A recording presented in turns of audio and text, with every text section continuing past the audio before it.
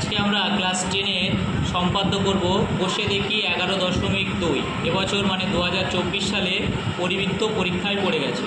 তো অন্তবৃত্ত আসা খুবই সম্ভাবনা। পৃষ্ঠা 178-এ অন্তবৃত্ত চ্যাপ্টার 1-এর 4 থেকে অঙ্ক সমকোণী ত্রিভুজ দিয়ে যে অন্তবৃত্তটা আছে এগুলো পরীক্ষাতে আসতে পারে। অন্তবৃত্ত, তো অন্তবৃত্ত অঙ্কন করব। তো আমাদের অন্তবৃত্ত বা পরিবৃত্তর প্রথমে ত্রিভুজ অঙ্কন করে নিতে হবে। এখানে বলেই দিয়েছে একটা সমকোণী ত্রিভুজ মানে 90 ডিগ্রি হবে, যার সমকোণ সংলগ্ন দুটো বায়ু আছে, একটা বায়ু 7 সেন্টিমিটার, একটা বায়ু 9 সেন্টিমিটার। তো আমরা প্রথমে 7 সেমি আর 9 সেমি বাহু দুটো টেনে নেব।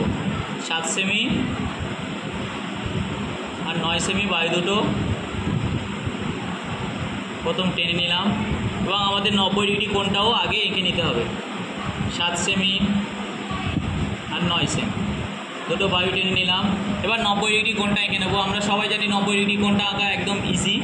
প্রথমে একটা বায়ু যে কোনো একটা সরলরেখা টেনে নিলাম, সেটা থেকে জাস্ট আমরা এভাবে টেনে নিলাম। নিলে প্রথম যে মানটা টানা হয় সেটা হলো 60 ডিগ্রি। তারপর সেখানে বসিয়ে টানলাম, এটা হলো 120 ডিগ্রি। 60 ডিগ্রি আর 120 ডিগ্রির মাঝের কোণটাই হলো 90 ডিগ্রি। তো আমরা এখান থেকে প্রথম 90 ডিগ্রি কোণটা এঁকে নেব।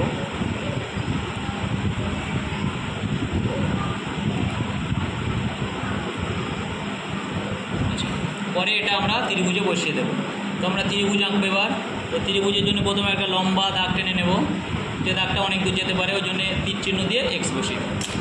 এবার বড় মানটাকে আমরা নিচে দিলাম না, আগে আমরা প্রথমে আমাদের কোণটাকে বসিয়ে নিতে হবে, যেহেতু সমকোণী বলেছে। তো কোণের এই মাপটা নিলাম, এটা আমরা এখানে বসালাম। তারপর এখান থেকে এটা মাপবো কতটা, সেটা এখানে বসে কেটে দিলাম। হয়ে গেল। তাহলে আমাদের 90 ডিগ্রি কোণ এখানেও বসানো হয়ে গেল। এখান থেকে আমরা সোজা দাগ টেনে দেবো, যেহেতু 90 ডিগ্রি কোণ সোজা হয়। একদম সোজা দাগটা টেনে দিলাম। এবার লিখে দেবো এটা হলো 90 ডিগ্রি। এবার 9 সেমি বায়ুটা কি বলেছিল, সমকোণ সংলগ্ন দুটো বায়ু, একটা দৈর্ঘ্য 7 সেমি, একটা দৈর্ঘ্য 9 সেমি। তবু আমরা 7 সেমি বায়ুটা মাপলাম, মেপে এটা উপরের দিকে দিলাম, মানে একটা লম্ব করে দিলাম। আচ্ছা, তারপর 9 সেমি বায়ুটাকে মাপলাম, বসিয়ে নিচে বসিয়ে দিলাম 7 সেমি আর 9 সেমি। তো পাশে আমরা লিখে দেবো এটা হলো 7 সেমি, এটা হলো 9 সেমি। আচ্ছা, এবারে এই কোণ দুটো থেকে এটা জুড়ে দেবো, দিলে একটা ত্রিভুজ হয়ে গেল, সমকোণী ত্রিভুজ, যার প্রত্যেকটা বায়ুর নাম দেবো। এটা হলো এ, এটা হলো বি, এটা হলো সি। আচ্ছা, এই পর্যন্ত বুঝতে কোনো অসুবিধা নেই।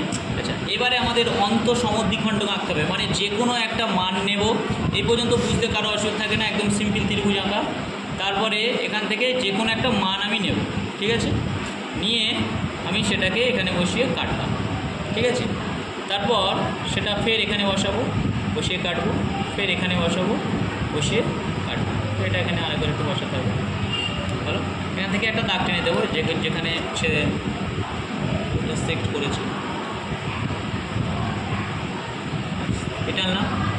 এবারে ফের আমরা এই বাহুতে সেম রকম বসালাম, এই বাহুতে বসাতে পারো, এই কোণে এসেও বসাতে পারো, তোমার ইচ্ছা যেখানে খুশি বসাতে। এটা আনলাম, তাহলে এখানে আছে, এখান থেকে এইটা আনলাম এবং এটা এখানে বসাবো, ফের এটা। তাহলে এই কোণ থেকে একটা বায়ু আবার টেনে দিলাম,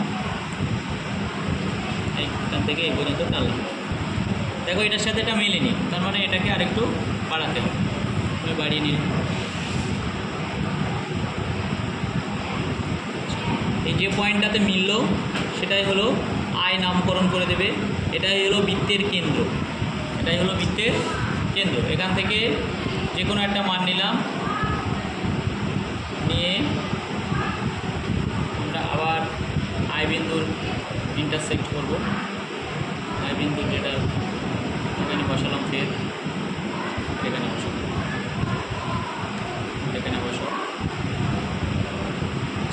মানে আয় থেকে এটা দাগটা টানবো, কিন্তু পুরোটা নয়, এখান থেকে এই পর্যন্ত টানলাম।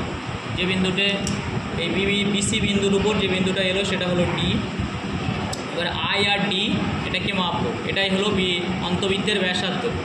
অন্তবৃত্তের ব্যাসার্ধ এটার মধ্যে গোল করে বৃত্ত হবে ত্রিভুজের মধ্যে, তো এটা হলো অন্তবৃত্তের ব্যাসার্ধ। ব্যাসার্ধটাকে আমরা এখানে দেবো। দেখো এখানে অনেকটাই পাচ্ছে না, এখানে কি পাচ্ছে, কত ভুল হলো।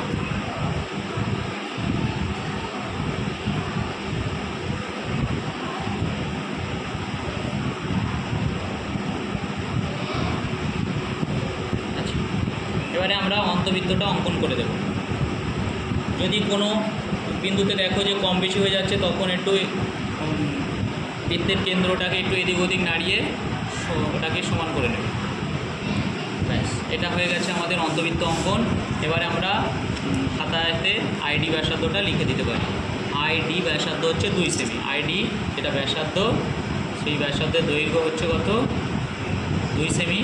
এবং এই কথাটাও লিখে দেবে যে আইডি ব্যাসার্ধ নিয়ে এবিসি ত্রিভুজের অন্তবৃত্ত অঙ্কন করবে।